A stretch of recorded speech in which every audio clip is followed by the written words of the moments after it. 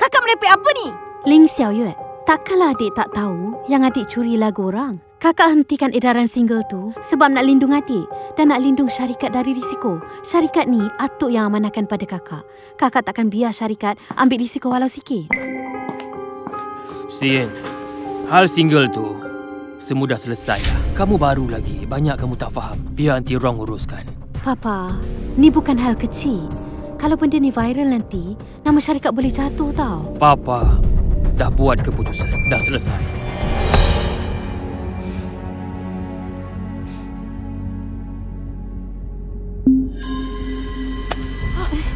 Kenapa ni? Awak okey tak ni?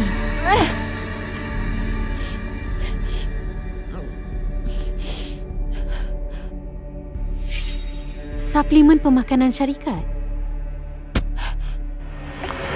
Tu cuma sebotol tonik pemakanan syarikat je pun kan? Kenapa Suan Chin takut sampai macam tu? Sistem, periksa pasal ubat tu.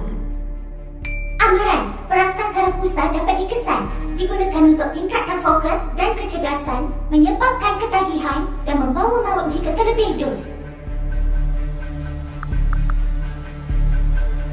Esther, boleh tolong siasat sesuatu?